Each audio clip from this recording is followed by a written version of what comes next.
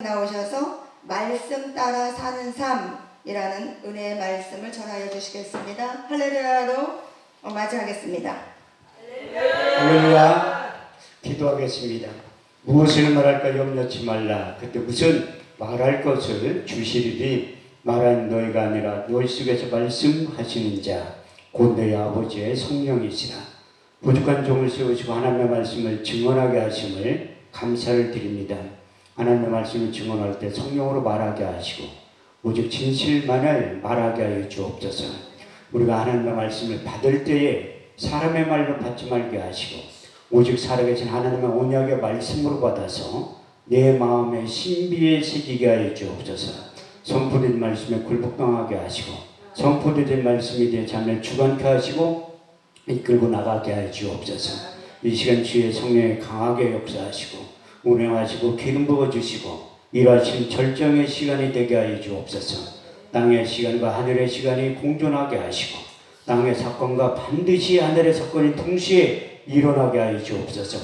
이 세상과 하나님 나라를 앞당겨서 이 세상과 하나님 나라를 동시에 살아가게 하여 주옵소서. 이 예배 가운데 거룩한 관을 한량없이 부어주시되 개인적인 기름 부음이 임하게 하시고 더 나아가 집단적인 기름 부음이 임하게 하여 주셔서 그때 내 묵은 짐 어깨에 떠나고 멍에가 벗어지되 기름진 가닥에 멍에가 그의 목에서 부러지게 된다고 하신 이사야 10장 27절 말씀이 그대로 이루어지게 하여 주옵소서. 왕의 기름 부음이 제사장의 기름 부음이 선지자의 기름 부음이 충만하게 임하게 하여 주셔서 우리의 삶 가운데 인생 가운데 사역 가운데 하나님의 속성이 크게 나타나게 하시되 레위기 10장 3절 말씀대로 나타나게 하여 주옵소서.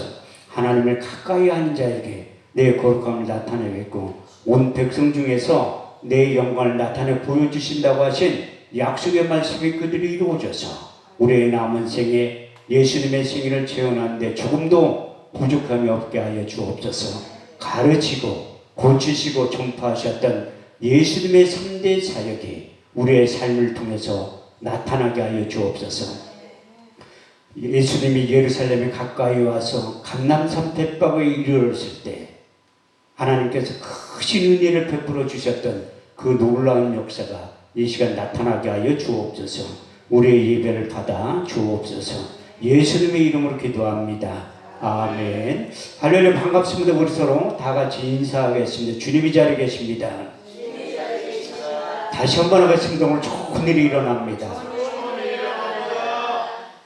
하나님은 지금도 예배자를 찾으시고 하나님이 찾으시는 예배자들 범주 안에 들어오면 내가 주는 것은 세상에 주는 것 같지 아니한 하늘에서 간 신령한 복이 예배를 통해서 내려오게 된다고 성경은 약속하고 있습니다. 출애굽기 20장 24절 말씀을 보면 내게 토단을 쌓고 그 위에 너희 양과 서로 너희 번제와 화목제를 드려라. 물은 내 이름을 기념하는 것에 내가 강림하여 복을 주리라 약속하신 그 언약의 말씀이 그대로 이루어지면 우리 주님께서 공생의 사역을 시작하실 때에 8가지 하늘에서 간 복이 임했던 동일한 은혜와 역사가 이 시간에도 그대로 나타나게 될 줄 믿습니다. 마태복음 5장 1절에 10절 말씀을 보면 예수께서 산에 올라가 앉으시니 제자들이 나온지라 입을 열어 가라사대 심령이 가난한 자는 복이 있나니 천국이 저희 것이며 애통하는 자는 복이 있나니 저희가 위로를 받을 것이며 마음이 온유한 자는 복이 있나니 땅을 기업으로 받을 것이며 의에 줄이고 목마른 자는 복이 있나니 저희가 배부를 것이며 긍휼히 여김을 받는 자는 복이 있나니 저희가 긍휼히 여김을 받을 것이며 마음이 청결한 자는 복이 있나니 저희가 하나님을 볼 것이요 합평케 하는 자는 복이 있나니 저희가 하나님의 아들이라 일컬음을 얻게 될 것이라. 의를 위하여 핍박을 받는 자는 복이 있나니 천국이 저희 것입니다. 그래서 하나님께서 8가지 하늘에서 간 신령한 복이 임하면 하나님과 끊어진 단절된 우리의 모든 삶이 회복이 된다고 말씀하고 있습니다. 그리고 우리 주님께서 마태복음 6장 33절 말씀을 통해서 너희는 먼저 그의 나라와 그의 의를 구하라. 그리하면 이 모든 것을 너에게 더해 주신다고 약속하셨고 요한 3서 2절 말씀을 보면 사랑하는 자의 내 영혼이 잘된 같이 내가 범사에 잘되고 강건하기를 내가 간구하느라. 그래서 영적인 것이 먼저 회복이 돼야 돼요. 그래서 예배를 통해서 기도가 회복이 되고 말씀이 회복이 되고 찬양이 회복이 되면 하나님께서 약속해 주셨던 땅에 속한 기름진 복도 저절로 따라오게 된다고 성경은 약속하고 있습니다. 신명기 28장 1절 12절 말씀을 보면 너희는 너희 하나님 여호와의 말씀을 삼가 듣고 오늘날 내게 명하는 그 모든 명령을 지켜 행하면 내 하나님 여호와께서 너를 세계 모든 민족 위에 뛰어나게 하실 것이라.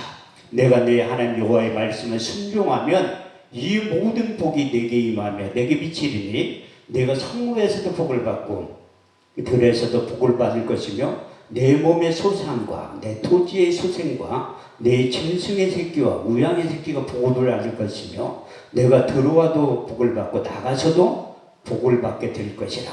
내 하나님 여호와께서 하늘의 아름다운 보화를 열어사 내 땅에 때를 따라 내리시며 내 손으로 하는 모든 일에 복을 주시며 약속하신 그 언약의 말씀이 그대로 이루어지게 될 줄 믿습니다. 오늘 본문 말씀을 보면 하나님께서 여호사를 부르신 다음에 하나님의 말씀을 가까이 하라고 당부하신 이 율법책을 내 입에서 떠나지 말며 주야로 그것을 묵상하여 그 가운데 기록한 대로 다 지켜 행하라. 그러면 내가 형통하게 될 것이라. 평탄한 삶을 영위하게 될 것이라. 시편 119편 105절 말씀을 보더라도 성경 말씀이 우리 인생의 내비게이션이 된다고 말씀하고 있습니다. 주의 말씀 내 발의 등이요 내 길의 빛의 역할을 한다고 말씀하셨고, 가장 성경이 말하고 제시하는 큰 축복이 무엇인가 하면 하나님의 말씀에 가까이 하는 거라고 시편 1편 1절에서 2절은 이렇게 말씀하고 있어요. 복 있는 사람은 악인의 길을 쫓지 아니하고 죄인의 길을 서지 아니하고 오만한 자리에 앉지 아니하고 오직 여호와의 율법을 즐거워하여 그 율법을 주야로 묵상하는 자가 복이 있다고 말씀하고 있습니다. 그 묵상이라는 히브리 원문에 보면 두 가지의 뜻을 내포하고 있어요. 요즘 말로 표현하면 쾌태의 의미도 있지만 그 묵상이라는 히브리 원문에 보면 하가 큰 소리를 내서 읽으라는 거예요. 두 번째는 반추, 소가 여분을 먹고 대새김질을 할 때 입에서 중얼중얼 암송을 하라는. 제가 예루살렘에 갔을 때 통곡의 벽 앞에 가니까 유대인 납배들이 수염을 이렇게 길러가지고 막 중얼중얼 하고 있더래요. 내가 알아보면 알으면 그 랍비들한테 성경 암송 대회를 한번 제시를 해서 누가 이기나 한번 승부를 겨뤄보고 싶어요. 근데 그 유대인 랍비들하고 성경 암송 대회 누가 이길 것 같아요? 당연히 제가 이기죠. 유대인들은 신약 성경을 인정을 안 한다니까요. 그래서 구약 성경만 읽는데 구약 성경만 읽어도 전 세계에서 가장 머리 좋은 민족이 유대인이라는 거예요. 그래서 유대인들은 13살을 되면 성인식을 하는데 모세오경을 다 암송하게 만드는 거예요. 그래서 여호와를 경외하는 것이 지식의 근본이라며 미련한 자는 지혜와 훈계를 멸시한다고 잠언 1장 7절에서 말씀하고 있고, 더나 잠언 9장 10절 말씀을 보면 여호와를 경외하는 것이 지혜의 근본이요 거룩한 자를 아는 것이 명철이라고 말씀하고 있습니다. 그래서 유대인들이 교육시킬 때 세마교육이라고 어렸을 때부터 성경을 암송하게 만드는 거예요. 신명기 6장 4절에 9절 말씀을 보면 이스라엘아 들으라. 오직 여호와는 하나의 여호와시니 너는 마음을 다하고 성품을 다하고 힘을 다하여 내 하나님 여호와를 사랑하라. 오늘날 내게 명한 그 모든 명령을 너는 내 마음에 새기고 내 자녀에게 부지런히 가르치며 집에 앉았을 때든지 일어날 때든지 길을 행할 때든지 이 말씀을 강론할 것이며 너는 그것을 손목에 메어 기울어 삼으며 내 미간에 붙여 풀을 삼고 내 집 문설주와 바깥문에 기록할지라. 그래서 하나님의 말씀을 이제 가까이 하면 이로부터 지혜와 계시력이 임하게 된다고 말씀하고 있습니다. 예배 한번 잘 들어서 복받은 주인공이 누구인가 제가 살펴보니까 솔로몬이더라. 여호와 행망 앞에 있는 돛단에 이르러 1000개의 생으로 번제를 드렸더라. 이 밤에 하나님께 솔로몬에게 나타나서 이르시되 내가 내게 무엇을 줄고 너는 구하라. 솔로몬이 하나님께 여짜오되 주께서 아비 다윗이 큰 은혜를 베푸시고 나로 대신하여 왕이 되게 하셨사오니 주 여호와의 온컨대 내게 지혜와 지식을 주사 이 백성 앞에 출입하게 하옵소서. 이렇게 뜻글같이 많은 주의 백성들을 누가 능히 재판하리까. 여호와께 솔로몬에게 이르시되 내가 부나 제물이나 전용이나 원수의 생명너라기를 구하지 아니하고 내 백성을 치료하기 위해서 지혜와 지식을 구하였으니 그러므로 이제 내가 내게 지혜와 지식을 주고 부와 재물과 전용도 함께 준다고 하신 약속의 말씀이 솔로몬에게 임했던 그 놀라운 은혜가 여러분들의 삶 가운데, 사역 가운데, 가정 가운데, 부족과 학경으로 반드시 나타나게 될 줄 믿습니다. 그래서 지혜와 계시형이 임하야지만 소명과 사명을 발견하게 된다고 말씀하고 있습니다. 사도 바울은 누구보다도 지혜와 계시형이 임했던 사람인데, 그래서 에베소 1장 17절 18절 말씀을 보면 우리 주 예수 그럴 때 하나님 영광의 아버지께서 지혜와 계시의 정신을 주사 하나님을 알게 하시고 마음의 눈을 밝히사 부르심의 소망이 무엇인지 정확히 깨뜨려 볼 수 있는 안목을 열어주셨다고 말씀하고 있습니다. 그래서 지혜와 계시의 영이 임하면 하나님과 나의 관계가 무엇인지 정확히 알 수 있게 되는 거예요. 성경의 말씀을 열므로 우둔한 자의 비치사 성경을 깨닫게 하는 이유가 무엇인가 하면 성경에 저된 성령께서 우리 육체 가운데 전삼고 들어오시면 예수님이 하신 말씀을 정확하게 깨닫게 되고 우리 예수님에 대해서 정확하게 가르쳐 준다고 말씀하고 있습니다. 요한복음 14장 26절 말씀을 보면 보혜사 곧 아버지께로부터 너에게 보내실 성령 그가 너에게 모든 것을 가르치시고 내가 말한 모든 것을 생각나게 하실 것이라. 요한복음 15장 26절 말씀을 보면 아버지께로부터 너에게 보낼 보혜사 곧 아버지께로부터 나오신 진리의 성령이 오실 때에 그가 나를 증거하게 되실 것이요. 그래서 그분이 오시면 바울에게 임했던 계시의 영이 임해서 사도 바울은 상당히 말을 못했던 사람 중에 한 사람이에요. 말을 얼마나 못했으면 성경에 써있어 유일하게 말 못하는 사람이라고. 고린도 10장 10절 말씀을 보면 그 편지는 중하고 힘이 있으나 그 몸으로 대할 때는 말에 시원치 아니하느니라. 말을 얼마나 못하면 편지에 글은 잘 쓰는데 말할 때는 저처럼 말을 못한다니. 본인 스스로도 이렇게 고백해요. 고린도 11장 6절 말씀을 보면 나는 말에는 조라나 지식에는 그렇지 아니하니라. 그래서 유전적인 지식은 상당히 많은 것을 가지고 있는데 말을 못한다는 거야. 설교를 얼마나 못했으면 설교하다 사람 죽인 적도 있다니까. 유튜브라고. 난 설교 21년 하면서 한 번도 설교하다 사람 죽인 적은 없어. 돌게할 수 있는 능력은 있어도 한 번도 죽인 적은 없다니까. 그래서 바울에게도 말 잘할 수 있는 능력을 준 거요. 그래서 고린도서 2장 4절에 5절 말씀을 보면 내 말과 내 전도함이 지혜의 권하는 말로 하지 아니하고 다만 성령의 나타남과 능력으로 하여 너희 믿음이 사람의 지혜 즉 하나님의 능력 가운데 있게 하려 하였느라. 사도 바울은 요즘 말로 표현하면 금수저를 물고 태어난 사람이에요. 저하고는 신분이 너무나 틀리더라고요. 빌보 3장 5절에 6절 말씀을 보면 내가 난 지 8일 만에 할례를 받고 이스라엘 족속이요 베냐민 지파요 히브리인 중에 히브리인요 열심으로 교회를 핍박하고 열심의 의로는 이제 흠이 없는 자락한 고백하고 근데 다메섹 도상에서 우리 주님을 인격적으로 만난 거예요. 그 사건이 얼마나 중요하면 사도행전 9장, 사도행전 22장, 사도행전 26장이 3번에 걸쳐서 기록되어 있는 거예요. 우리 주님을 만난 다음에 그가 변하여 새 사람 되었다고 고백하고 있습니다.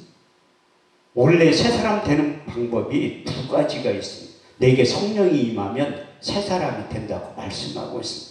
사무엘상 10장 6절 말씀을 보면 내게는 여호와의 크게 임하리니 너도 그들과 함께 변하여 새 사람이 되리라.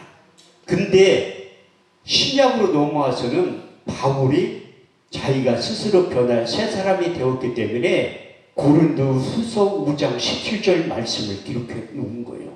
그러니 누구든지 그리스도 안에 있으면 새로운 피조물이라. 이전 것은 지나갔으니 보라 새 것이 되었도다. 제가 저쪽 동네에 기도하니까 이런 설교를 하니까 어떤 연세 드신 할머니 권사님이 찾아와가지고 내가 이렇게 다 늙었는데 무슨 어떻게 변화해 새 사람. 그래서 성경은 짝이 있는 거예요. 이사야 34장 16절 말씀을 보면 너희는 여호와의 책을 자세히 읽어보라. 이것이 하나도 빠진 것이 없고 짝이 없는 것이 없으리니 이는 여호와의 입이 이를 명하셨고 그의 신이 이것들을 모으셨다고 말씀하고 있습니다. 그래서 연세 드신 분에게는 1호의 말씀이 또 바울이 준비해 놓고 있다니까요. 고린도서 4장 16절 말씀을 보면 우리가 결코 낙심하지 아니하노니 우리의 겉사람은 늙어지나 우리의 속사람은 날로 새로워진다고 말씀하고 있습니다. 그래서 우리의 육신은 낡아지는 늙어지는 게 자연의 섭리고 하나님의 섭리라고 말씀하고 있습니다. 그런데 궁극적으로 사도 바울이 인격적으로 우리 주님을 만난 다음에 그가 변하여 새 사람이 되어서 이제 성경에 새 사람이란 단어가 딱 4번 나와요. 구약에 1번, 신약에 3번 나오는데 바울이 다 새 사람이라는 단어를 기록하고 있어요. 첫 번째가 골로새 3장 10절 말씀을 보면 새 사람을 입었으니 자기를 창조한 자의 형상을 쫓아 지식에까지 새롭게 함을 입는 자가 되었다고 말씀하셨고 두 번째 에베소 2장 15절 말씀을 보면 원수된 것, 곧 계명에 속한 의문의 율법을 자기 육체로 폐하셨으니 이는 이들로 자기 안에서 새 사람을 지어 화평하게 되었다고 말씀하시고 세 번째 에베소 4장 21절에 24절 말씀을 보면 진리가 예수 안에 있는 것 같이 과연 그에게서 듣고 그에게 가르침을 받았을진데 너희는 유혹의 욕심을 따라 썩어져가는 구습을 쫓는 옛사람을 벗어버리고 의와 진리와 거룩함으로 지으심을 입은 새 사람을 입으라고 말씀하고 있습니다. 바울이 스스로가 새 사람 되려고 노력했지만 안 된다는 거야. 그래서 그리스도 안에 있으면 변하여 새 사람이 된다고 말씀하고 있습니다. 제가 왜 새 사람이라는 단어에 관심이 많냐면 저도 바울처럼 변하여 새 사람이 되었고 새 사람 교회 목사이기 때문에 관심이 많은 거예요. 왜냐하면 하나님 교회 이름을 새 사람 교회로 지으라고 말씀하셨기 때문에 당연히 성경에서 찾아보면 그래서 딱 4번 등장하더라고요. 근데 바울이 그 주님을 만났을 때 자기가 가지고 있는 유전적인 모든 것을 배설물로 내려놨다고 말씀하셨어요. 그러나 내게 무엇이 유익하던 것을 그리스도 예수를 인하여 해로 여길 뿐더러 해로 여기면 내 주 예수 그리스도를 아는 지식이 가장 고상함을 인함이라. 내가 그를 인하여 모든 것을 잃어버리고 배설물로 여기면 그리스도를 얻고 그 안에서 나를 발견했기 때문에 그가 유전적인 지식을 모든 것을 내려놓고 설교하는 스타일도 바뀐 거예요. 그래서 바울이 설교 준비를 어떻게 했나 내가 성경을 찾아보니까 갈라디아서 1장 11절에 12절 말씀을 통해서 설교 준비를 이렇게 하고 있더래. 내가 전한 복음은 사람에게 난 것이 아니요 사람에게 배운 것도 아니요 곧 그리스도의 계시를 통해서 복음을 전했다고 강구하고 있습니다. 간증하고 있고 그리고 주변 사람들한테 기도 부탁을 할 때 에베소 6장 19절 말씀을 보면 나를 위하여 구할 것은 내게 말씀을 주사 나로 입을 벌려 복음의 비밀을 담대히 알리게 하옵소서. 그래서 누구보다도 사도 바울은 성령의 말하게 하심을 따라 유전적인 지식을 내려놓고 복음을 전할 때 가는 곳곳마다 교회를 세웠는데 딱 한 군데 교회를 세우지 못한 곳이 있습니다. 그리스도 아덴 지역에 가서는 유전적인 지식을 가지고 헬라인들에게 복음을 전하는 거예요. 근데 교회가 세워지지 않은 거예요. 그래서 철저히 회개하면서 고린도전서 2장을 기록한 거예요. 형제들아 내가 너희 가운데 나아가 하나님의 증거를 전할 때에 말과 지혜 아름다운 것을 하지 아니하느니 내가 오직 예수 그리스도와 그의 십자가에 죽으신 것 외에는 아무것도 알지 아니하기로 작정하였습니다. 내가 너희 가운데 거할 때 약하며 두려워하며 심히 떨어노라. 내 말과 내 전도함이 지혜의 권하는 말로 하지 아니하고 다만 성령의 나타남과 능력으로 하여 너희 믿음이 사람의 지혜에 있지 않고 하나님의 능력 가운데 있게 하려 하였느라. 우리가 온전한 자들 중에서 이 지혜를 말하노니 이 지혜는 이 세대의 가난들의 지혜가 아니요 이 세대의 지혜가 아니니 오직 비밀한 가운데 있는데 감추었던 것인데 하나님이 우리의 영광을 위하사 만세전에 미리 정하신 것이라. 이 지혜는 이 세대의 관원을 하나도 알지 못하였나니 만일 알았더라면 영광의 주 십자가에 못 박지 아니하였으리라. 기록된 바 하나님이 자기를 사랑한 자들을 위하여 예비하신 모든 것은 눈으로 보지 못하며 귀로도 듣지 못하며 또 마음으로도 생각지 못하였던 것 같으니라. 오직 성령으로 이것을 우리에게 보이셨으니 성령은 모든 것 곧 하나님의 기쁜 것이라 통달하시느니라. 사람의 사정을 사람 속에 있는 영 외에는 누가 알려? 이와 같이 하나님의 사정도 하나님의 영 외에는 아무도 알지 못하느니라. 우리가 세상의 영을 받지 아니하고 아버지께로부터 온 영을 받았으니 이는 우리로 하여 하나님께서 은혜로 주신 것들을 알게 하려 하심이니라. 신령한 것은 신령한 것으로 분별하느니라. 육에 속한 사람은 하나님의 영의 일을 생각지 않으니 저에게는 미련하게 보이면 깨닫지도 못하나니 이런 일을 영적으로 해야 분별하느니라. 신령한 자는 모든 것을 판단하나 자기는 아무에게도 판단을 받지 아니하느니라. 누가 주의 마음을 알아서 주를 가르치겠느냐. 그러나 우리가 그리스도의 마음을 가졌느니라. 사도 바울이 철저히 회개하면서 그리스도의 마음을 소유하기를 원했던 거예요. 그리고 내가 그 외에 십자가에 못 박힌 것 외에는 아무것도 알지 아니하기로 작정하는 계기가 되었다고 말씀하고 있습니다. 이렇듯이 하나님은 연약한 자들을 들어서 사용한다고 말씀하고, 성경을 보면 말 잘하는 사람들로 들어 쓰지만 제가 볼 때는 말 못하는 사람도 들어서 쓰더래요. 그 대표적인 인물이 모세도 본인 스스로가 나는 입이 뻣뻣하고 혀가 둔한 자라고 고백하고 간증하고 있습니다.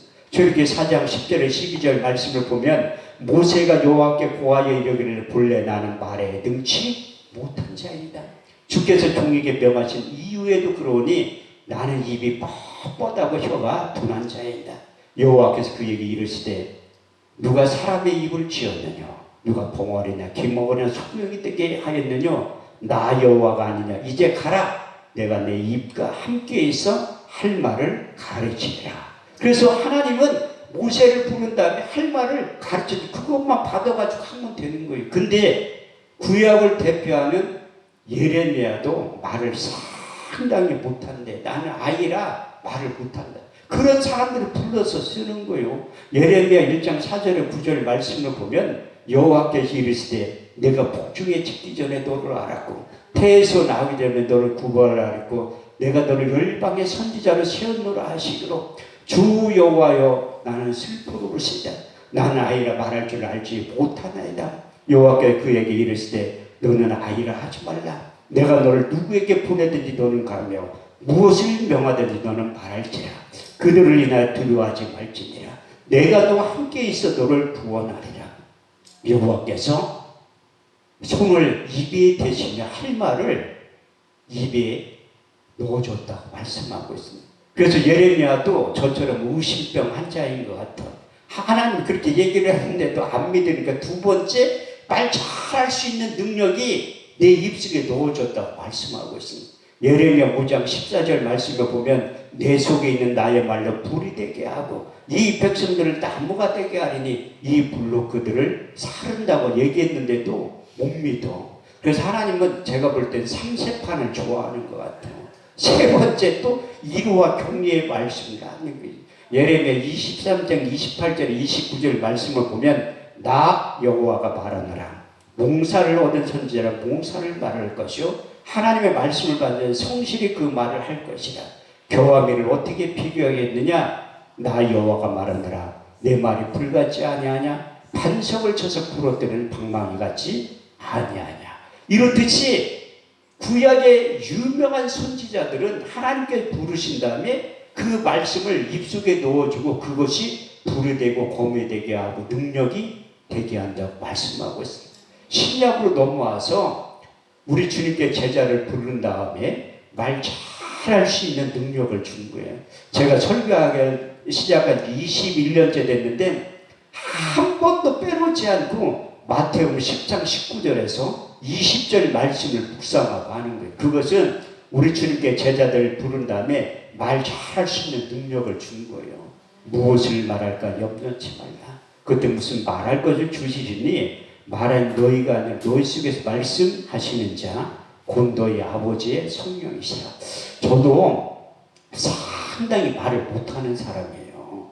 바울보다 말을 더 못해. 근데 저도 주님의 제자로 부르신 말 잘할 수 있는 능력을 주신 거예요. 저가 7남매인데 그 형제들이 어쩌다 만나서 식사를 할 때 우리는 식당에 가서 주문할 때도 말로 안 해. 메뉴판 보고 손가락으로 하는 거야. 이렇게. 근데 30분 동안 식사하면서 아무 얘기도 안 해. 계산하고 나갈 때 보면 식당 아줌마가 봉어리 안 했냐고 물어봐. 30분 동안 4명의 남자가 모여가지고 식사하는데 한마디도 안 하니까. 그 동생이 목동에 사는데 가끔 가다 형 보고 싶으니까 놀러 오라고. 그럼 교회로 와라. 교회는 또 절대로 안 와. 근데 내가 바빠서 못 간다고 하면 형 용돈 드릴 테니까 오라고 해. 그럼 얼른 가지. 신방을 돈 준다는데 딱 가면 형 보고 싶었어요. 그래서 왔어요. 그 얘기 딱 해. 그럼 잘 있었냐? 그게 끝이야. 2시간 또 얼굴만 쳐다보고 있어. 재수 씨는 답답해 죽겠다는 거야. 아니 형제지간에 오랜만에 만났으면 얘기도 하고 해야 되는데 왜 한마디도 안 하냐? 할 얘기가 없지.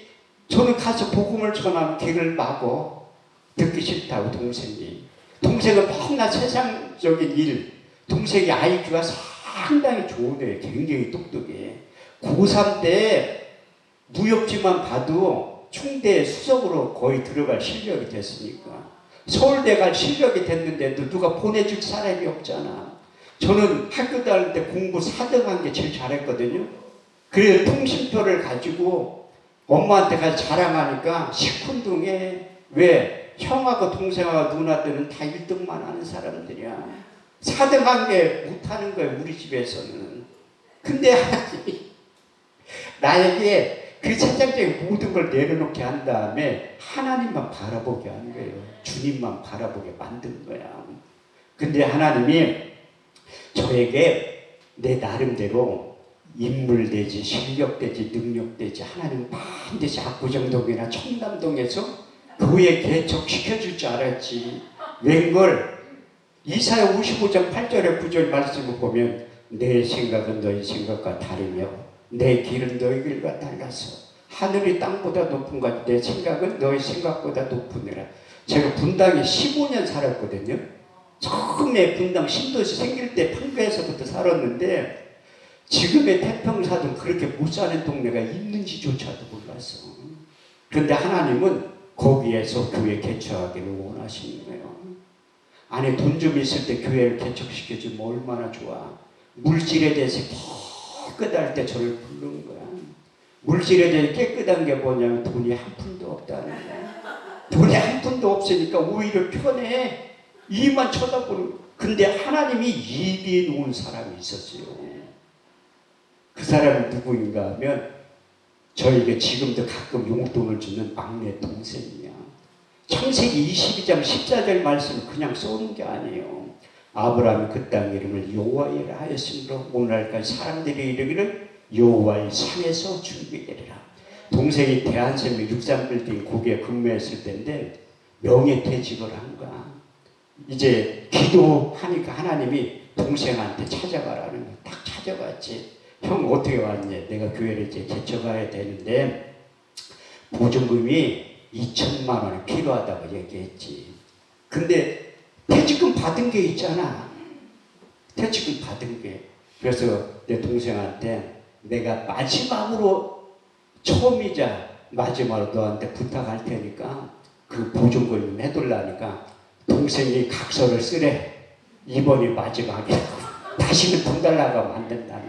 그래서 내가 한 가지 첨부해서 부탁을 했지. 그러면 너 명예퇴직 할 때까지 핸드폰 요금 좀 내줘라.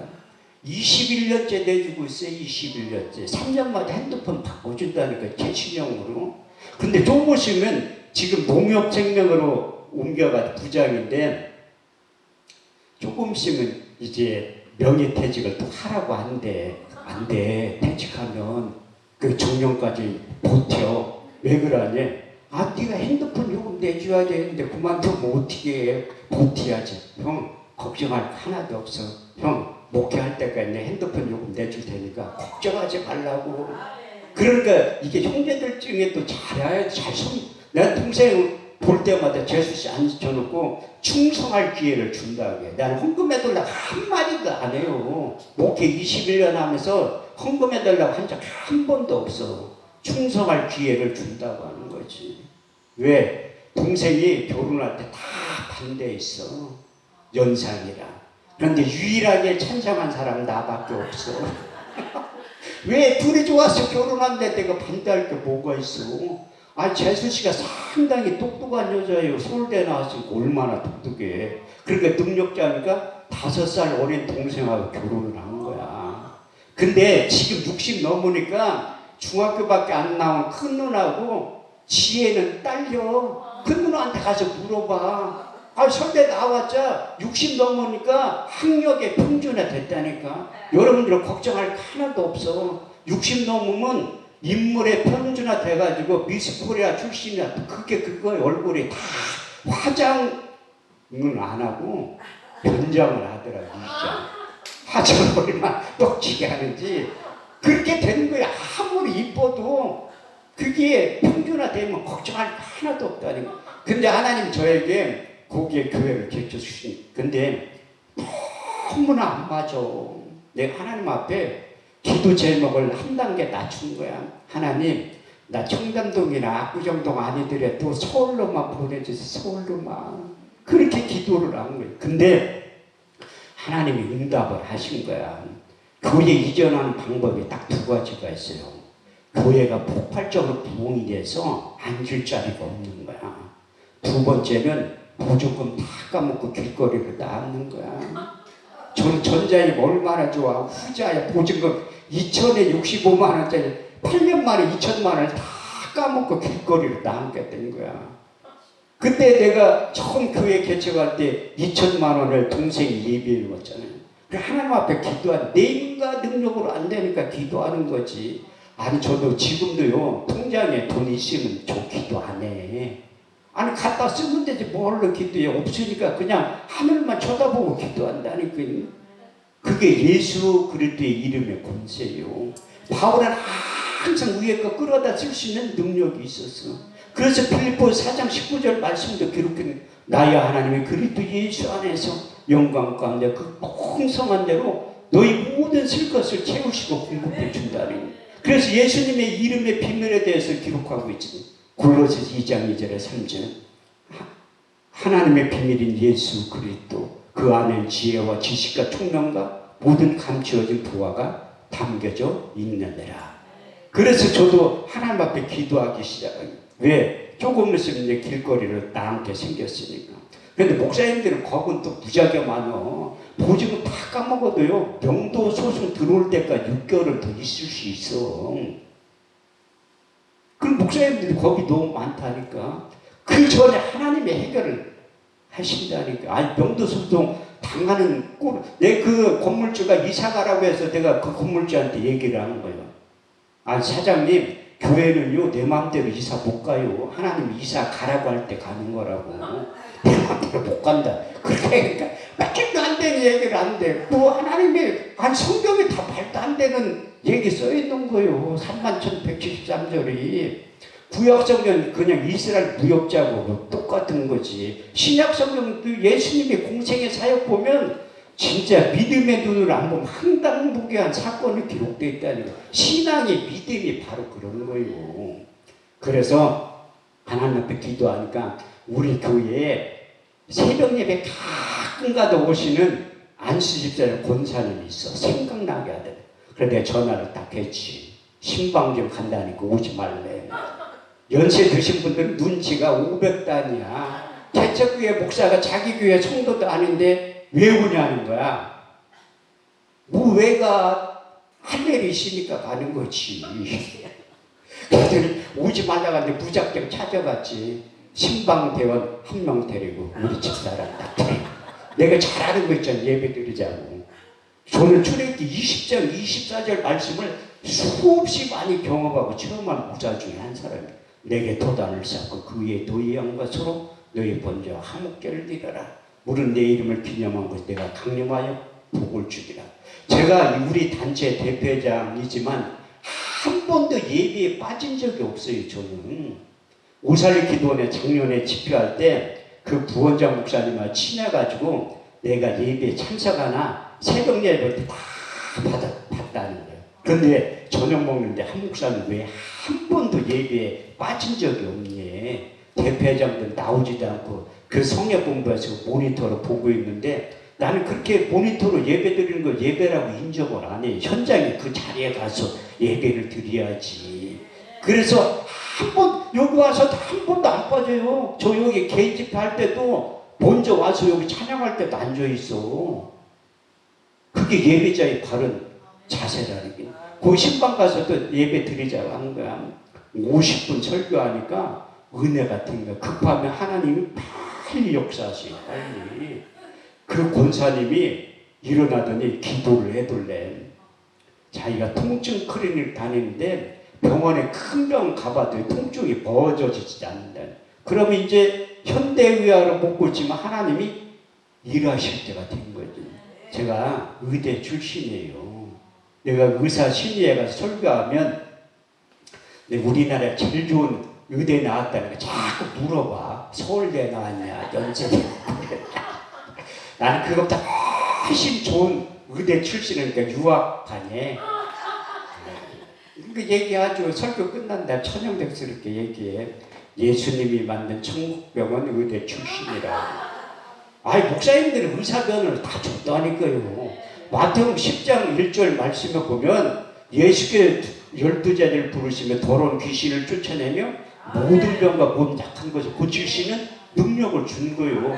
우리 주님께서 3대 사역할 때 마태복음 4장 24절에서 24절 말씀을 보면 예수께서 저희 해당에 가시면 그의 소문이 온 이스라엘에 퍼진지라 백성들이 모든 앓는 자, 곧 각색병과 고통에 걸린 자, 간질환에 귀신들이나 중풍병을 데려오니 다 고치셨다고 말씀하고 있어요. 제가 어떻게 그 의사면을 받았냐면 너무나 개척할 때 세 사람 순복음께 크게 걸어놓은 거야. 간판 2개를. 그러니까 사람들 기도받으러 오더라고요. 요즘은 실비보험이 하나님이야. 실비보험 그런 사람은 기도받으러 안 온다니까요. 그때는 하나님이 가장 못 사는 동네에 교회를 개척한 이유가 있어. 이래 주거나 저래 주거나 병원 갈 돈이 없으니까 이제 조용기 목사님이 능력자지 나 같은 사람이 무슨 능력자예요. 그냥 똑같은 줄 알고 세 사람 순복음께 써놓으니까 온 거야. 근데 믿는 자들에 따른 표적이 있잖아요. 믿는 자들은 이런 표적에 따르리 내 이름을 귀신을 쫓아내며 새 방언을 말하며 병을 집으며 무슨 독을 마시자 해를 받지 않은 병든 사람의 손을 언제쯤 나으리라. 성경은 그렇게 써있잖아요. 그런데 저희 사역자는 병든 사람의 손을 언제쯤 죽으리라. 아침에 기도했는 저녁 때 죽었다고 연락 와. 너무나 괴로운 거예요. 너무나 괴로워. 그래서 하나님 앞에 기도하기 시작. 아니 성경은 출애굽기 15장 26절 말씀을 제가 고등학교 2학년 때 암송한 말씀이에요. 너희는 너희 하나님 여호와의 말씀을 청종하고 나의 보기에 의를 행하며 내 계명의 길을 기르고 그 모든 길을 지켜 행하면 내가 애굽 사람들의 모든 질병 하나로 너희가 내리지 아니하리니 나는 너희를 치료하는 여호와 하나님이라.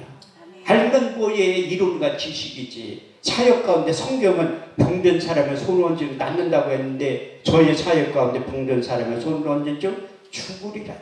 저 사람 많이 죽였어. 근데 신기한 게 한 번도 고소를 안 당했다는 거야. 근데 요즘 믿음이 딸려가지고 그렇게 요단강 앞에 서 있는 사람들 오면 멀리 떨어져서 기도해요. 괜히 손대고 기도했다 죽으면 큰일 나 고소당. 그래서 믿음이 없어가지고 보호자 없이는 요단강 앞에 서 있는 사람은 기도 안 한다는 거예요. 보호자 동반해서 오면 기도를 해드려도 어떤 분은 참 저하고 친한 목사님이 있는데 자기 친한 권사님들이 그 호스피스 병동 들어가기 전에 몰래 그 여자분 2명을 데리고 와서 한 자국 입은 채로 기도하면 낫는다고 해. 나는 뭐 식은 따위 나지. 내 하나님의 감동도 하나도 없는데 그 목사님 데려온 거야. 여기 가서 기도하면 낫는다고. 그 목사님의 믿음이 그럼 자기가 기도해 주지 왜 나한테 데리고 와. 자기도 목사면서. 그렇게 믿음이 없으니까 그런 거예요. 근데 내가 하나님 앞에 기도하니까 나를 천국병원 의대에 입학을 시킨 거야. 신부전적 할머니를 우리 교회에 보냈어. 나는 오랜만에 새신자가 왔는데 안수해서 죽으면 어떻게 해. 그래서 기도를 못했는 거야. 그런데 내가 병이 뭐냐니까 신부전적 환자인데 투석을 받으러 다닌다는 거야. 어디로 가냐니까 개포동으로 간대. 그러면 새벽 예배 끝나면 오셔야 돼. 모셔다 드릴게. 아이 목사님 바쁜데 어떻게 태워다 주는데 자기 나 하나도 안 바빠요.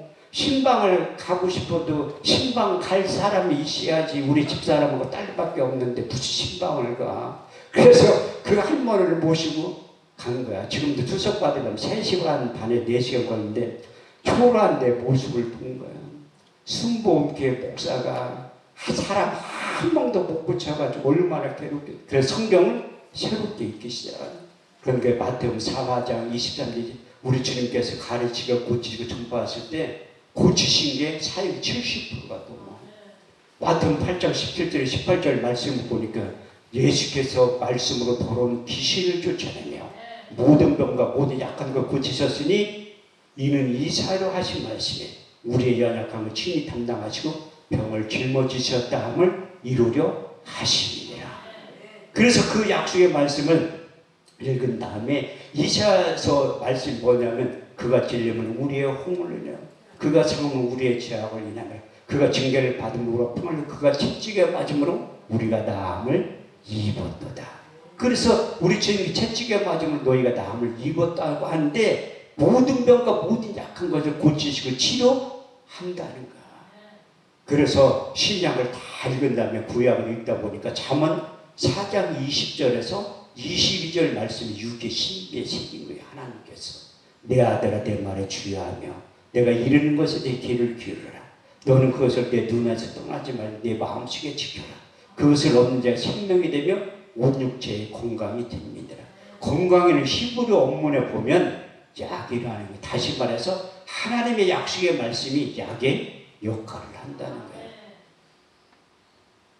그래서 덧붙여서 하나님께서 주신 말씀이 시편 107편 19절에 제21절 저가 근심 중에 여호와께 부르짖으매 그 고통 가운데 구원하신 저가 그 말씀을 보내어 저희를 고치사 이 병에서 건져 내시는도다. 주의 인자하시며 인생에 행하신 귀한 일들을 나의 주를 찬송하게 될 것이다.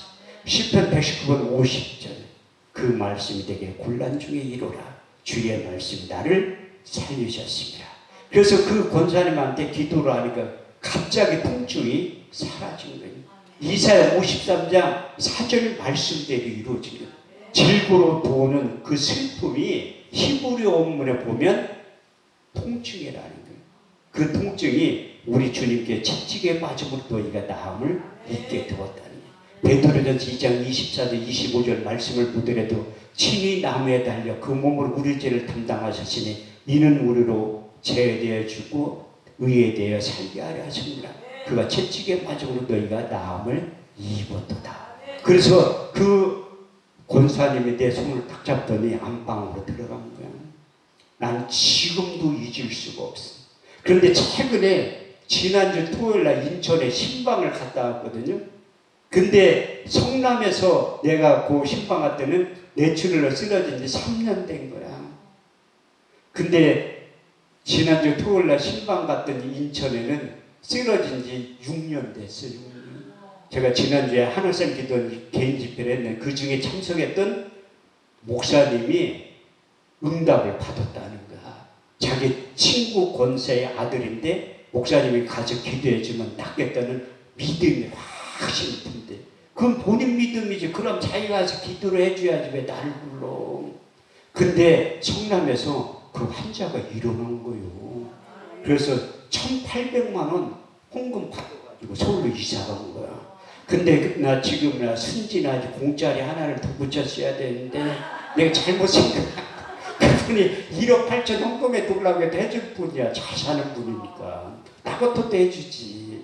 아들이 일어났는데. 근데 내가 그런 경험이 있어도 엊그저께 갔을 때는 믿음이 확 주는 거야. 아니 3년 됐는데 하나님이 강하게 역사해야지 일어나는데 6년 됐는데 내가 믿음이 확 줄잖아.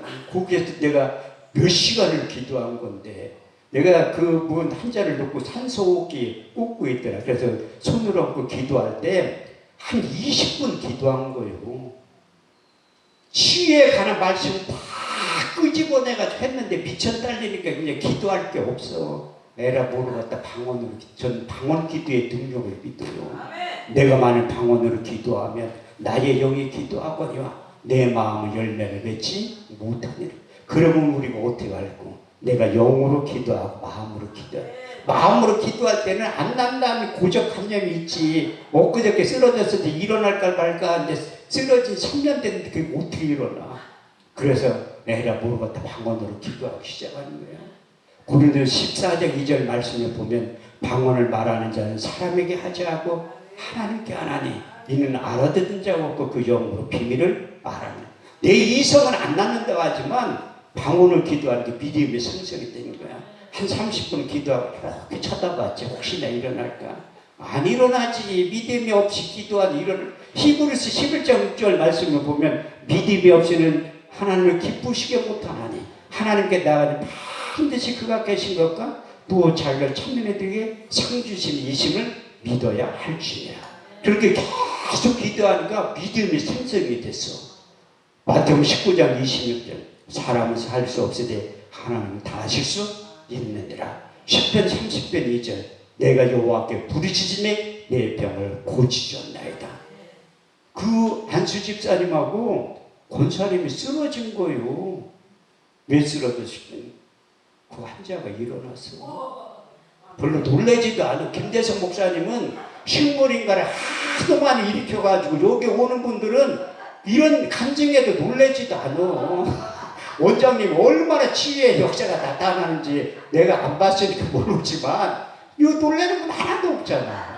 저에게 최초의 사건이라니까요. 하나님 내가 주눅이 들은 거야. 환자들한테 안수만 하면 죽어가지고 내가 너무 주눅이 들으니까 표본으로 그 사람 일어난 거야. 그러니까 환자에 대한 그 물리는 게 하나도 없어요. 한 식물인간이 일어났는데 누구를 뭐 하나님의 역사 누구.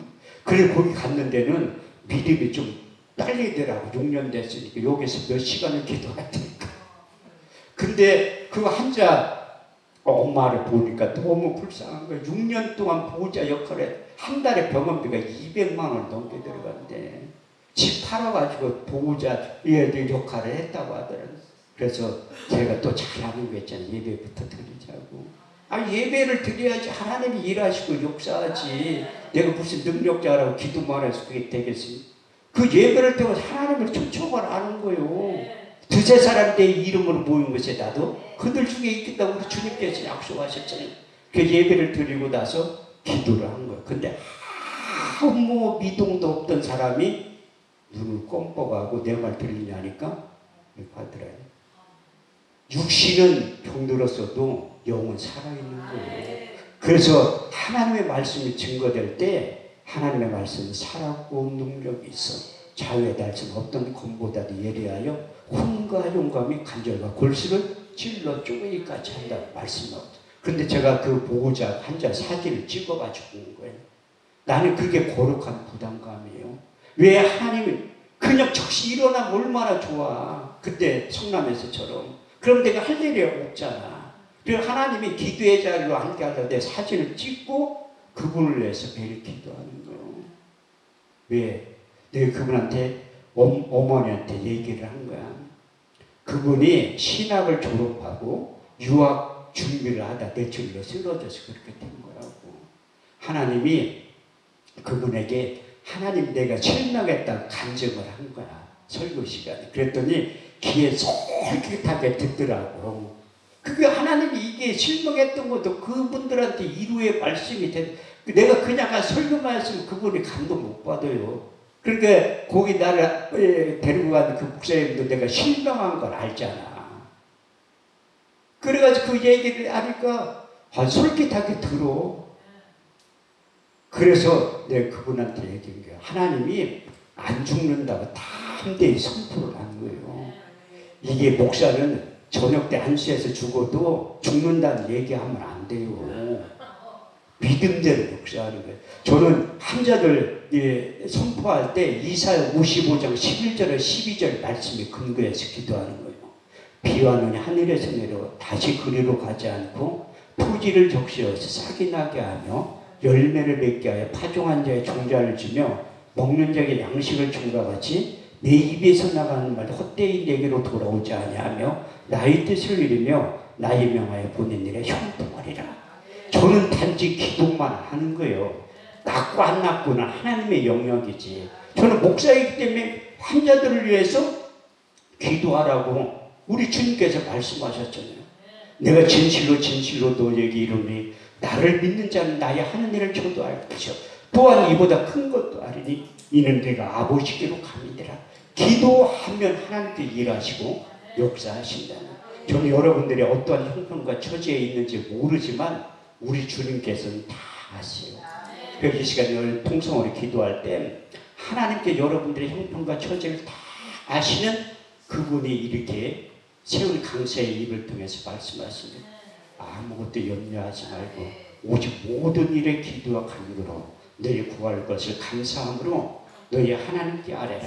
그래 모든 지각에 뛰어난 하나님의 평강이 그리스도 예수 안에서 너의 마음과 생각을 지키신다고 말씀하고 있습니다.